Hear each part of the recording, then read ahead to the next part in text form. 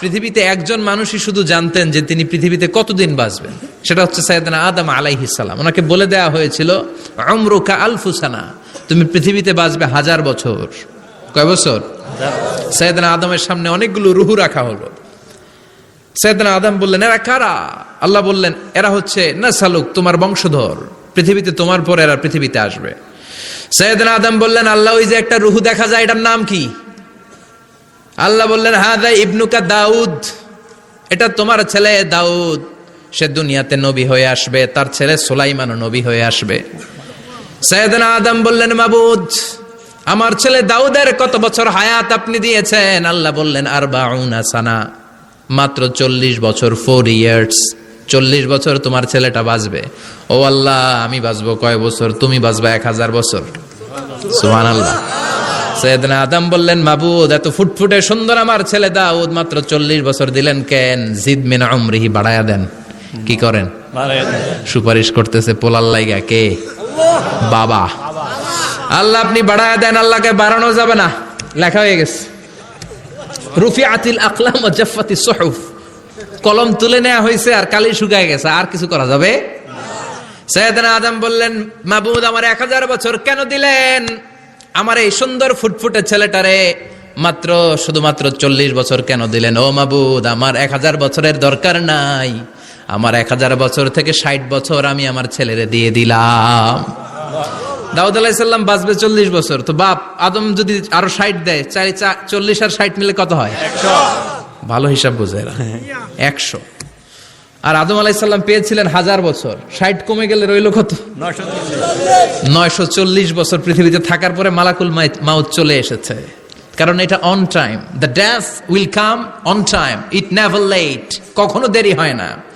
আল্লাহ বললেন, লিকুল্লি উম্মাতিন আজালুন ফাইযা জাআ আজালুহুম লা ইস্তাখিরুনা সাআতান ওয়া লা ইস্তাকদিমুন। মৃত্যুর একটা নির্ধারিত সময় আমি বেঁধে দিয়েছি, অন টাইম, অন টাইমেই চলে আসে, 1 সেকেন্ড আগেও আসবে না, 1 সেকেন্ড পরেও আসবে না। 940 বছর বয়সে মালাকুল মাউত এসে হাজির, এসে বলল, জিইতু আন আকবাদা রূহাক, রূহ কবজ করতে আসছি।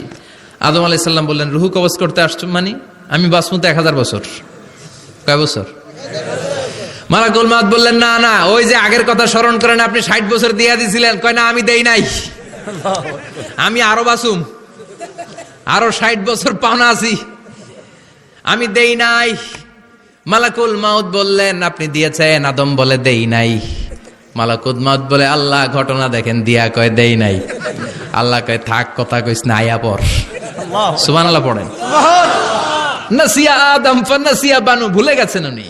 আমরা ভুলে যাই, আমরা খেয়ে বলছি খাই নাই, নিছিলাম পকেটে, কয় নেই নাই। এরকম ডাকাইত আছে না নাই? নাসিয়া আদম ফানাসিয়া বানু, বিশ্বনবী বললেন, আদম ভুলেছে তো তার সন্তানরাও ভুলে যায়। জাহাদা আদম ফাজাহাদা যুররিয়াতু, আদম অস্বীকার করেছে, তার সন্তানরাও অস্বীকার করে। সেদিন থেকে আল কিতাব ওয়া শুহুদ, মানে লিখে রাখার সিস্টেম আর সাক্ষীর সিস্টেম চালু হয়েছে। সুবহানাল্লাহ পড়েন। সুবহানাল্লাহ। 940 বছর বয়সে মালাকুল মাউত এসে আদম আলাইহিস সালামের রূহ নিতে পারে নাই। উনি 1000 বছর যখন হয়েছে তখন এসে সাইয়েদনা আদম আলাইহিস সালামের রূহ কবজ করেছে। যেই দিন পৃথিবীর প্রথম মানব, প্রথম নবীর রূহ মালাকুল মাউত দুনিয়া এসে কবজ করেছে, ওই দিনটাও ছিল জুমাবার। সুবহানাল্লাহ, আল্লাহু আকবার। আবার বিশ্বনবী বললেন, লা তাকুমুস সাআহ ইল্লা ফি ইয়াউমিল জুমআহ ইযা যুলজিলাতিল আরদু জিলজালাহা ওয়া আখরাজাতিল আরদু আসকালাহা ইযা রুজ্জাতিল আরদু রাজ্জান ওয়া বুসাতিল জিবালু বাসসা। কিয়ামতের দিন পৃথিবীটাকে একটা প্রকম্পন দিয়ে কাঁপিয়ে দিবে কে? আল্লাহ। মারাত্মক একটা ঝাঁকুনি দিবে আল্লাহ, পুরো পৃথিবীটা কেঁপে ভেঙে চুরে খান খান হয়ে যাবে। এই ঝাঁকুনি আর আর্থকোয়েক, ভূমিকম্প এর ঘটনাটা যেদিন ঘটবে ওই দিনটাও হচ্ছে জুমার দিন। চিৎকার করে পড়েন সুবহানাল্লাহ।